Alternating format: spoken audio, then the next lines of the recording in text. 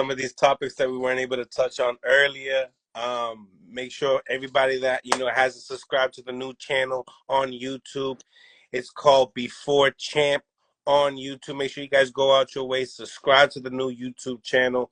I'm gonna let you talk a little bit upon the YouTube channel yourself, Zab. Are we Let you touch. are we live right now on YouTube too? Oh, yep, we are live on Mill City Boxing.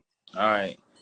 What's up, guys? It's your boy Zab Super Joe, the Mill City Boxing. We got a new YouTube channel, Before Champ. You know what I'm saying? It's for champions, current champions, soon to be champions. Champion, if you think you're gonna be a champion, you know what I'm saying? I need all them people right there. You know what I'm saying? If you think you got a homeboy that might be champ, pull up. Let's talk about it. Let's bring it back a couple steps. Obviously you as a decorated amateur, but as far as thinking about becoming Brooklyn's, champion in your era, when was that a thought in your mind? It was never a thought in my mind. My mind was just to go out there and be great. You know what I'm saying? I didn't have a knowledge about what I was doing when I was doing what I was doing. It was just, this is better than what we was doing yesterday. So let's keep it going. You know what I'm saying? Like after every fight, you got bigger and bigger and better and more fans and people and things like that. We was coming from Brooklyn, from the hood, so that sounded good to us, all of the praises and things that was going on. So of course that was way better than what we was doing. Well, tell me, what was probably one of the better highlights in your amateur career that you remember? Um, I don't know, Golden Glove finals, nationals. It was all of it. Everything was a different experience. See, every experience was different. I met different people. I traveled different states. I went to different places. You know what I'm saying? I got to see different things. I slept in different hotels. You know what I'm saying? It was different. Everything was an experience. Coming from my house to going to another state in a fresh hotel, jumping in limos. You know what I mean? It was different. It was almost like, you know what I'm saying, when I was home, I was like, the regular kid. But when I got in my Zab Judah element traveling, it was like I was like the Superman with a cape going around. You know what I mean? So all of it was different. Talk about like high school, being a fighter in high school. High school I is, mean, that's the only similarity I have I with you. know. High school was great, man. Ninth grade, I won the Golden Gloves. 10th grade, 11th grade, 12th grade was like a piece of cake. I was well known in my school. I was on television in the papers, so everybody knew about who Zab Judah was in Judah Brothers, and yeah, it was. If I got into some stuff in high school, it's because I got into some stuff. I was still a product of my environment. I'm from Brownsville. Word. Mm. Um, Greatest accomplishment. Probably listening to my parents with the notion of them telling me, be who you want to be. My mother used to always tell me that. Just be who you want to be. Be you. Be you. Don't be afraid to be you. And then once I started being me, my father embraced it. He backed it. He pushed it. He motivated. He fueled the fire. You know what I'm saying? So I was able to just be myself and be great. And that's it. And I always tell people, when you do what you love and you love what you do and you just being you and it's natural, it's gonna be great. It's gonna be great. When you do stuff for the love without a financial attachment to it, you know what I'm saying? In a financial space, when you just doing it just for the love, finance gonna come. So you don't worry about that. You know what I mean? It's gonna come. You know what I mean? Because it goes with the formula of what you're doing. Okay. Okay. Now, as far as first time, title shot. This is the before champs, so Yes. now it's like you're coming into that stage in your life, you know what I'm saying? But even before that, just going being a popular amateur and then coming in your pro debuts and stuff like that. Anything that you remember that is kind of like eye catching? Yeah, my pro debut was actually frightening for me. You know what I'm saying? I was the co-main event to Pernell Whitaker and on HBO, and we fought in Miami, Florida, and this is the first time amateurs out there can understand what I'm saying. This is the first time I got a chance to be a professional, take off my headgear, take off my shirt, put on smaller gloves. It was different. It was a whole different experience. But when the bell rung and the first punch was thrown, I quickly adjusted.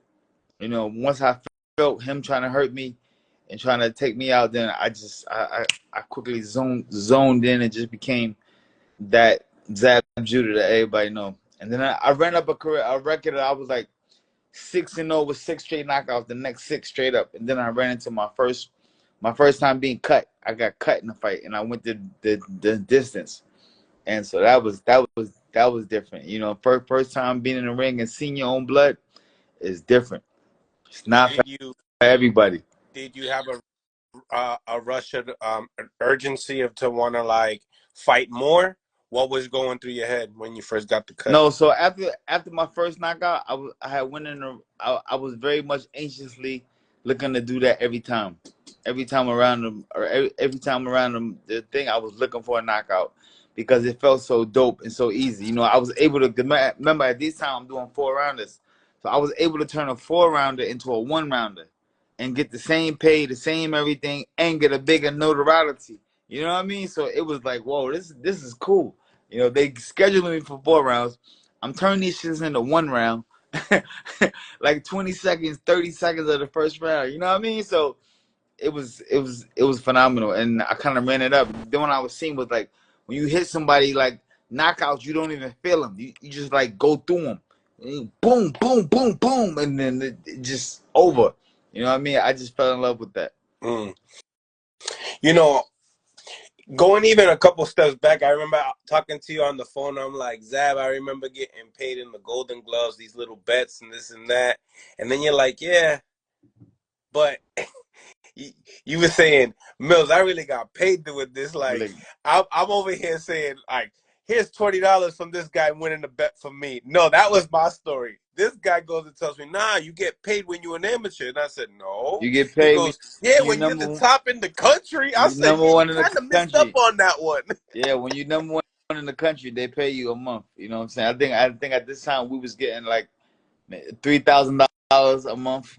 You know what I'm saying? We like 17 years old, getting like 3 bands a month. So that was like for your training and your per diem and things like that. USA In Amateur the Boxing had a program with it. 80s? Or Huh? we're Huh? talking the 80s here, right? No, we talking no. Yeah, 80s. We in the 80s. Yep. We in the 80s. This is well, no, I'm lying. It's 90s. It's 90s. Excuse me. I'm 90s. We in the 90s. Okay. This is 93 because I went to the 96 Olympics. So this is 95 actually. 94, 95. You know what I'm saying? And you know what I'm saying? We getting a check for being number one in the country. We in the box office. We traveling. We having a good time. We young kids. You know, I remember it was me, Floyd Mayweather, Zaire Raheem, Nate Jones, Antonio Tava, you know, Terrence Crawford, David Reed. It was all of us. Like we was like a little crew. Fernando Vargas, Eric Morales. You know what I'm saying? David Diaz. It was a bunch of us, bro. We was just Rasheed Wells. God bless the dead. Rest in peace. Lawrence Claybay, Nate Jones. I said Nate, and yeah, we had a solid squad. Tava, Antonio Tava. Um, yeah, man, we had a good team. We had a good team. We had a good team.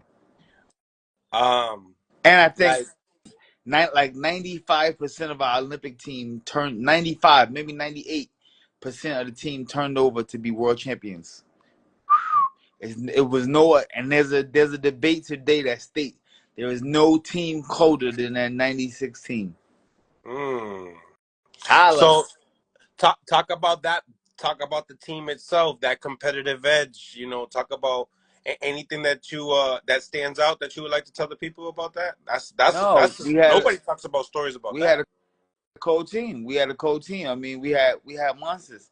Everybody turned out to be world champions. From Fernando to Zaire to Floyd to Zab to David to everybody turned out to be champion of the world, bro. Crazy. And y'all saying that to each other, like we gonna be champion of the world? Like, are you saying that No, amongst each other, or like no. y'all So don't at believe this in that? time coming up in '96, we was looking out at our peers and everything, and we just knew there was nobody out there that could mess with us in that weight class. Like I remember, at my time, I was super cocky with mine. I remember it was a champion. I remember getting into it with a fighter by the name of Vince Phillips. I got into it with a fighter by the name of Shambe Menchu. I got into. I mean, these are older champions before myself that was there in the weight class, and I was just, to me, now I look back, yeah, I was being a troublemaker, but to me, in my head, I was just introducing myself to the game, like telling the champion, like, yo, listen, man, your day's the number, bro. Like, I'm here now. You know what I'm saying? I'm here now. You know what I'm saying? You might not know me, but I know who you are. I watch your style. I watch what you got, and I don't think nothing of it. You know what I mean? That's basically how I was. I was like, yo, listen, do what you're gonna do, bro. Your days are numbered. And I remember telling me and Vince Phillips had a big brawl. You know what I'm saying? Getting into it. No, Kazuzu wasn't champion at the time. He wasn't.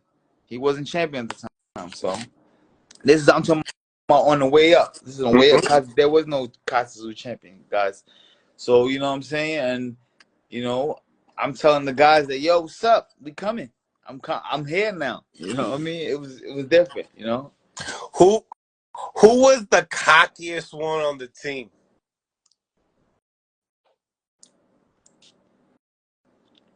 Um, Cockiest.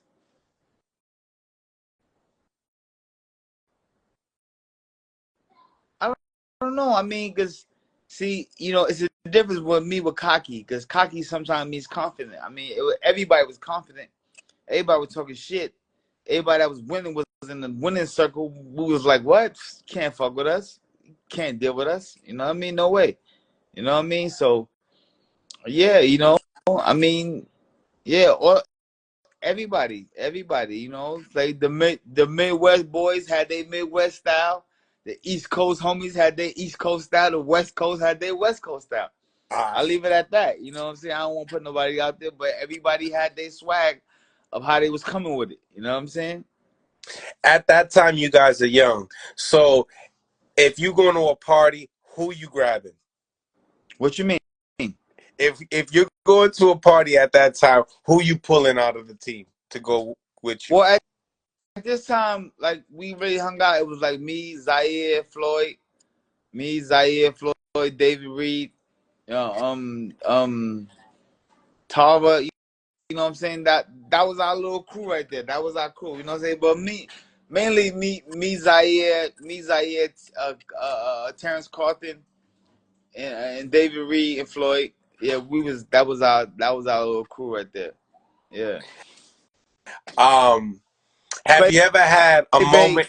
Clay Bay was older. He was more laid back. Nate Jones was, he kicked in a little with us a little bit, talking them like they had their own little different styles, so it was different.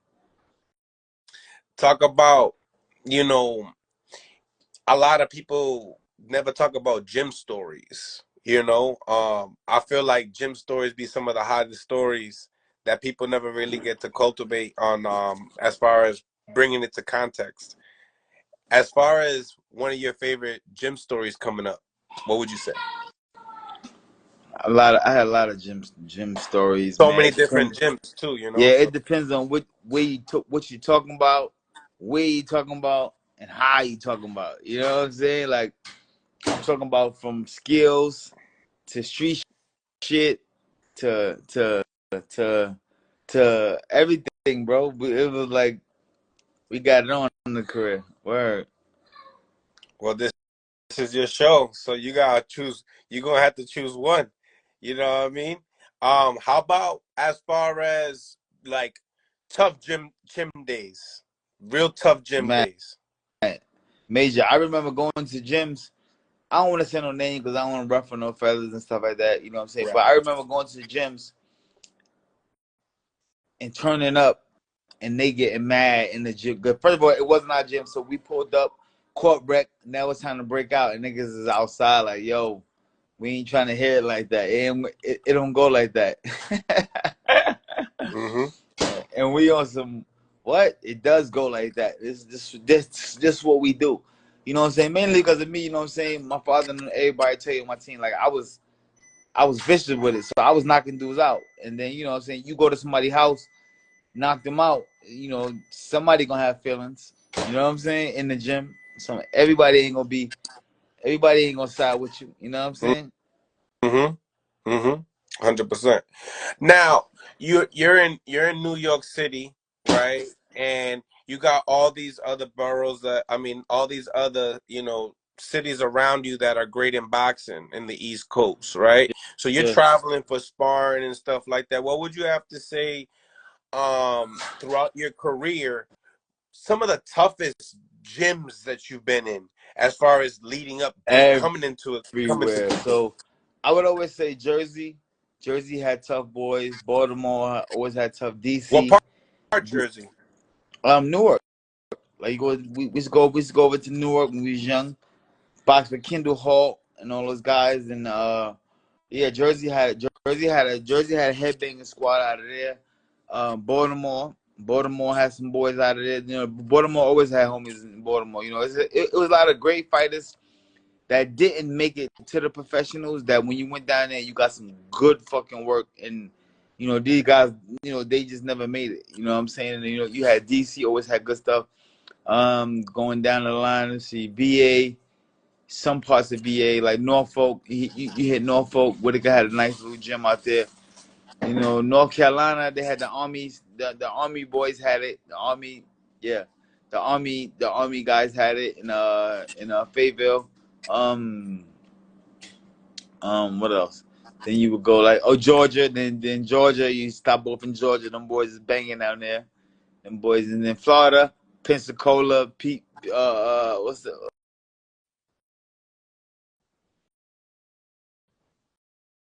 Smash the like button, ladies and gentlemen. Smash the like button. Subscribe to the channel. Yep, yep, yep. You're back. Yeah, and yeah, Pensacola, I think I'm saying it right, St. Pete. I think that's where Roy and from down there. And yeah, they had bangers. Then you start going over to Detroit, the Midwest, Chicago, Milwaukee. Like they had bangers, boy. They had hitters out there. No joke. Looking at your career now, do you ever sit back and watch any of your fights? I watch all of them. Really? I watch them all the time. Yeah, I watch them all the time. What's your favorite? All of them. It just depends on what day it is, and what I'm looking for. You know what I'm saying? All right, then. So I'm gonna name some fights. You're Yeah. gonna tell me what they mean to you. Okay. Yeah. Okay? You're 19 years old, Mickey Ward. So that was like the threshold of the crossover. You know what I'm saying? But after you give me some thing. Oh. um so Mickey Ward, right? So this was this fight right here I was 14-0, going on my 15th fight. Now usually, you know, most guys, you know, when they get to like the 20th, 21st, that's when the crossover we find out. They threw me in a little early because I was knocking a lot of guys out. I was knocking out good fighters. You know, I fought David Sample. A lot of these guys was top guys. I was getting rid of them in the first round. You know what I mean? So they said Mickey Ward. At this time, Mickey Ward was Winning record, winning Mickey Ward. he was the Only a couple losses. This is way before for people that follow boxing, this is way before the Arturo Gatti fights. Way before the Gatti fights. He was in his prime. He was still strong. He was stopping guys with body shots. At this time, he was known for the liver shot.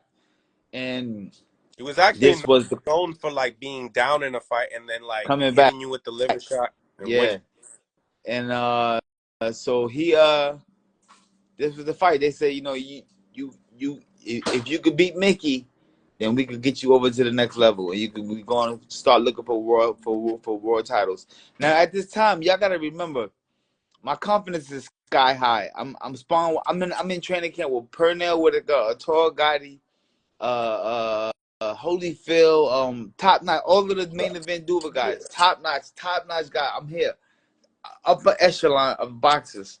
So Sphere is like none other. I'm spawned with Pernell Sweepy Whitaker. This is at the time when he's pound for pound the best fighter in the world. This is when he was at his peak. You know what I'm saying?